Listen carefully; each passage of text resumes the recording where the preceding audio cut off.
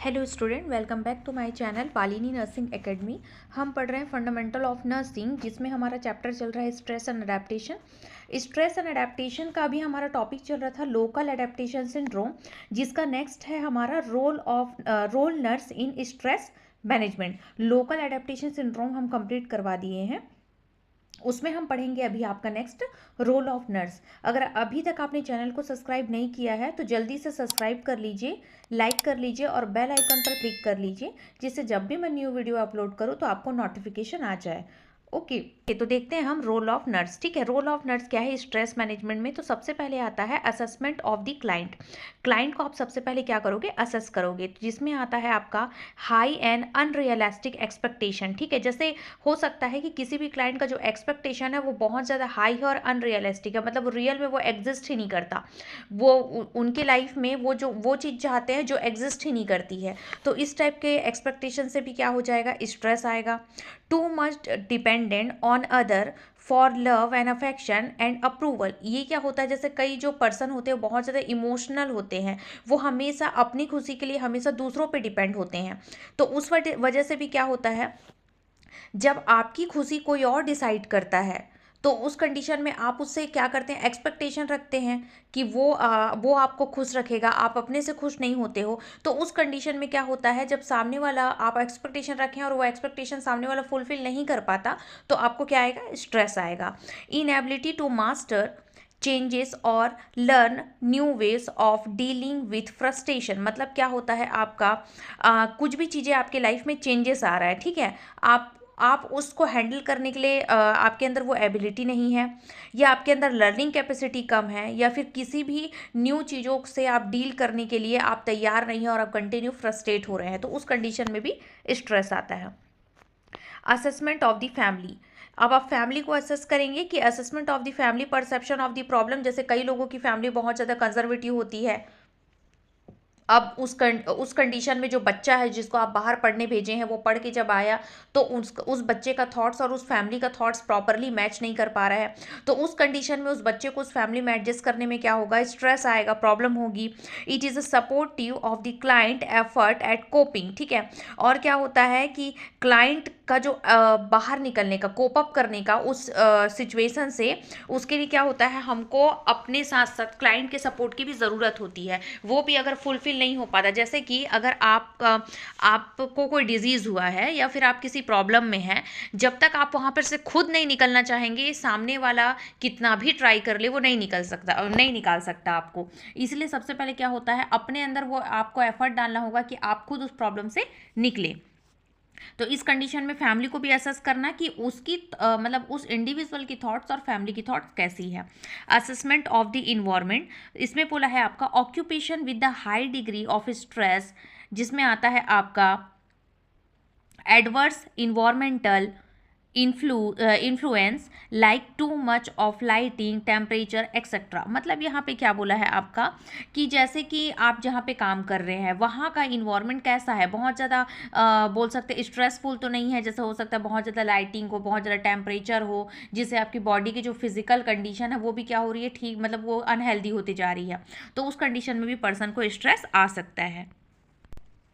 Next है identify all possible resources his family, friend etcetera to support the client through the process of changing. मतलब क्या बोला है, आपको जितने भी पॉसिबल रिसोर्सेज है, जैसे कि आप उसकी फैमिली को देखेंगे, फ्रेंड्स को देखेंगे, जो भी रिसोर्सेज है जिससे आपको सपोर्ट मिल पाए उस क्लाइंट को ठीक करने के लिए, ठीक है, उस क्लाइंट के ठीक करने वाले प्रोसेस में कुछ चेंजेस करने के लिए, तो आप उस चीज़ को पूरी तरह आइडेंटिफाई करेंगे कि उसके कितने फैमिली मेम्बर है, कौन फ्रेंड्स उनके सपोर्टिव है, वो सारी चीज़ों को, जिससे क्या हो पाए, पर्सन जो है, क्लाइंट जो है, पेशेंट जो है, वो कोप अप कर पाए उस सिचुएशन से।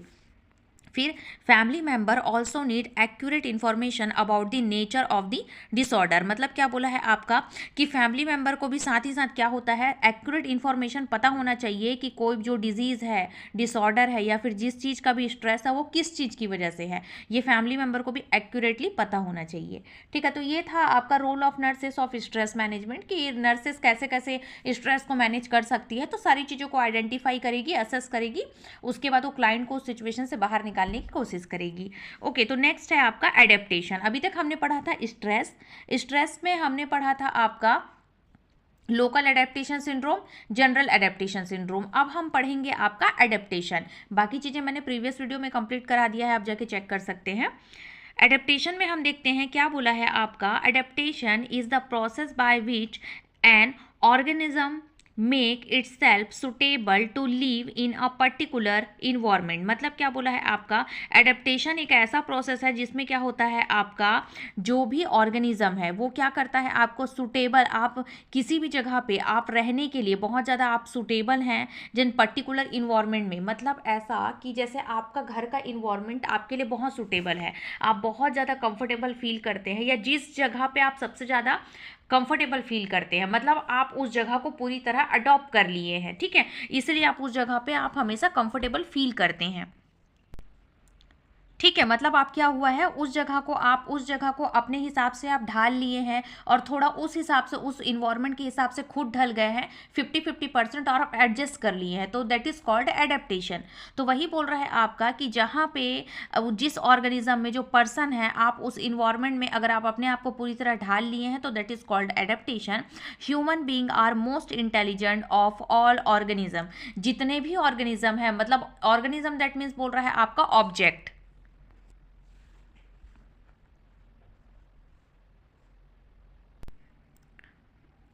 ऑब्जेक्ट दैट मीन्स बोल रहा है आपका कैसा वाला ऑब्जेक्ट, जो जीव, जैसे कि हम जो है हम एक ऑर्गेनिज्म है, तो ह्यूमन बीइंग जो होता है वो सबसे इंटेलिजेंट ऑर्गेनिज्म होता है, ठीक है।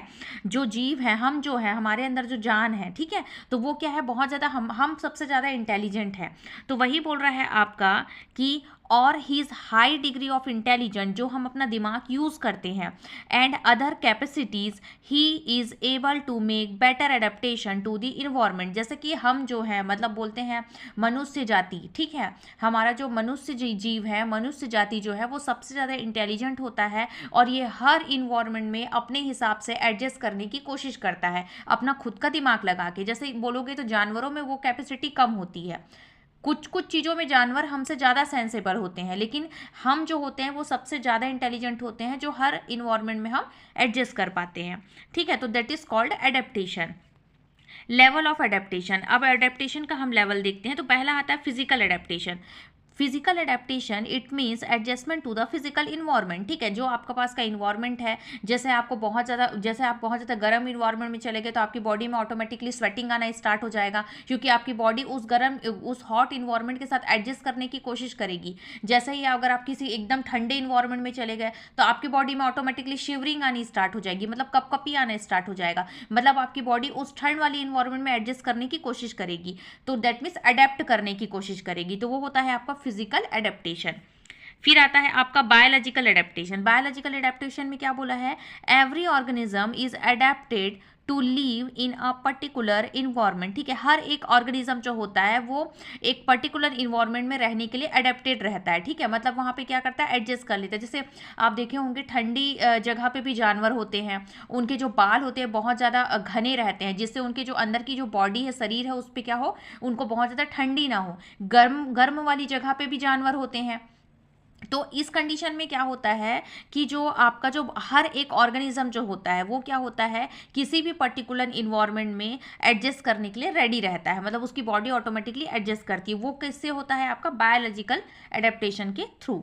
Example, a person adapted hot climate will try to make a adjustment even in the cold climate, ठीक है, वही है, मैं जो अभी आपको हॉट और कोल्ड का आपको एग्जांपल दी थी, कि जो वही पर्सन जो हॉट क्लाइमेट में एडजस्ट करता है वही ट्राई करता है कि कोल्ड क्लाइमेट में भी एडजस्ट करे। By making adjustment even cold climate by making adaptation, वही है, जैसे कि अगर जो हॉट क्लाइमेट में जो भी पर्सन एडजस्ट कर लिया या हम एडजस्ट कर लिए, और वही पर्सन अगर कोल्ड क्लाइमेट में भी एडजस्ट कर लेते हैं, तो इसे ही हम लोग क्या बोलेंगे, adaptation.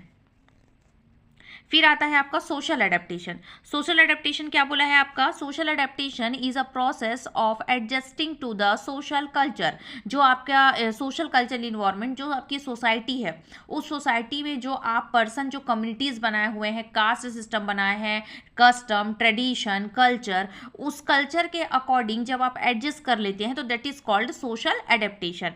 New environment the child learn the meaning of gesture, मतलब क्या बोला है, देखो जैसे कि किसी सोसाइटी जैसे कि सोशल कल्चर में क्या बोल रहा है कि आपके यहाँ कास्ट कस्टम ट्रेडिशन में जो चीज़ रूल्स रेगुलेशन फॉलो करते हैं, ठीक है, कास्ट में अलग अलग टाइप के जाति के लोग होते हैं, उनका अलग अलग कल्चर होता है। तो उस कंडीशन में जब कोई बच्चा वहाँ होता है तो वो उसी इन्वायरमेंट में, उसी कास्ट सिस्टम में क्या करता है, एडजस्ट करता है और उसी को ही वो फॉलो करना स्टार्ट करता है, लर्न करके, सीख के। तो यही बोला है कि the skill of language is slowly acquired the learn to the communicate with other around, मतलब बोल रहा है कि जो आसपास में जो चीज़ें चल रही है उसी के कम्युनिकेशन के थ्रू, उसी लैंग्वेज को जो पर्सन है, वो जो चाइल्ड है, वो धीरे धीरे एक्वायर करता है, धीरे धीरे सीखता है और उस सोशल कल्चर के अकॉर्डिंग अपने आप को अडेप्ट कर लेता है। तो ये एक सोशल एडेप्टेशन हुआ। फिर आता है आपका इन्वायरमेंटल एडेप्टेशन। अभी जो हमने पढ़ा था कि जो ह्यूमन बीइंग जो होते हैं वो फेवरेबल और अनफेवरेबल दोनों इन्वायरमेंट में एडजस्ट करने की कोशिश करता है। जैसे कि example, fertile land, availability of water, moderate climate, pressure of natural resources etcetera are favourable condition. वही है आपका जिसमें आता है आपका जैसे कि फर्टाइल लैंड है, ये अवेलेबिलिटी ऑफ वाटर, आपके पास कितने, जैसे कई जगह में पानी की कमी होती है फिर भी वहाँ लोग रह रहे हैं ना, एडजस्ट कर रहे हैं, ठीक है। जो आपका मॉडरेट क्लाइमेट है, जहाँ पे मतलब क्लाइमेट जो है वो थोड़ा सा नॉर्मल सा है, तो या फिर ये बोल सकते हो कभी माइल्ड रहता है, कभी कभी मॉडरेट रहता है, या कभी कभी बहुत ज़्यादा सीवियर रहता है। तो वो किस पे डिपेंड करता है, आपके उसके इन्वायरमेंट पे डिपेंड करता है, नेचर पे डिपेंड करता है, ठीक है।